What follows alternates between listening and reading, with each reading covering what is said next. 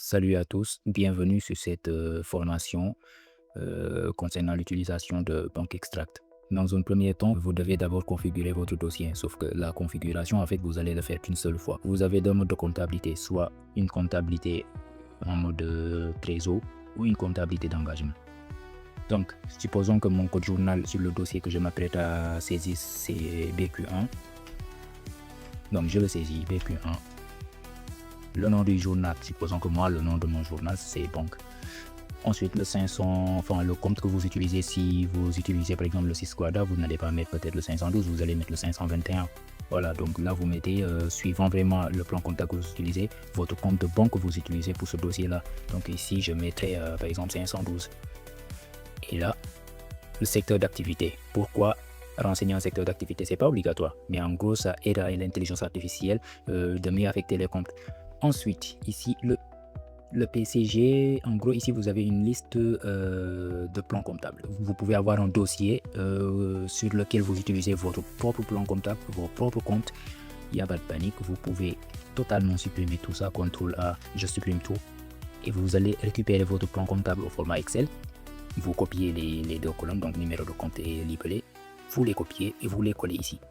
Quand vous allez joindre un FEC, l'idée c'est quoi? Ça aussi c'est facultatif, mais l'idée c'est de permettre à l'intelligence artificielle de voir vos habitudes d'affectation des comptes.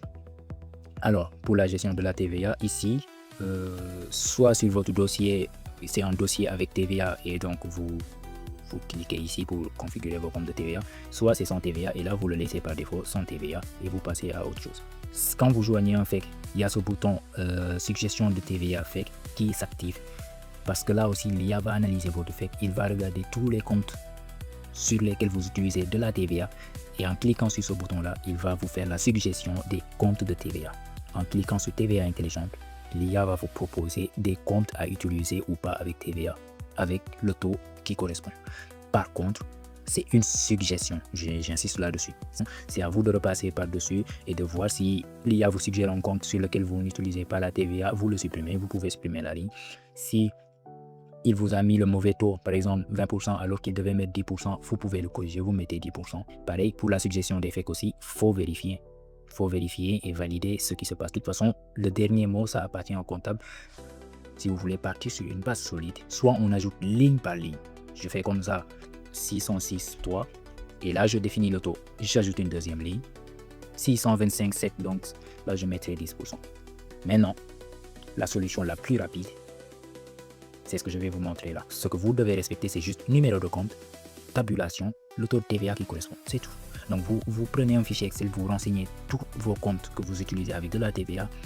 Sur la deuxième colonne, vous mettez le taux de TVA qui correspond. Vous collez vos données ici et vous cliquez sur intégrer. Voilà, on a fini de configurer le dossier là. Vous devez enregistrer votre configuration. En cliquant là, vous renommez comme vous voulez. Nous, on ne sauvegarde pas vos informations, donc votre configuration, ça se télécharge en local.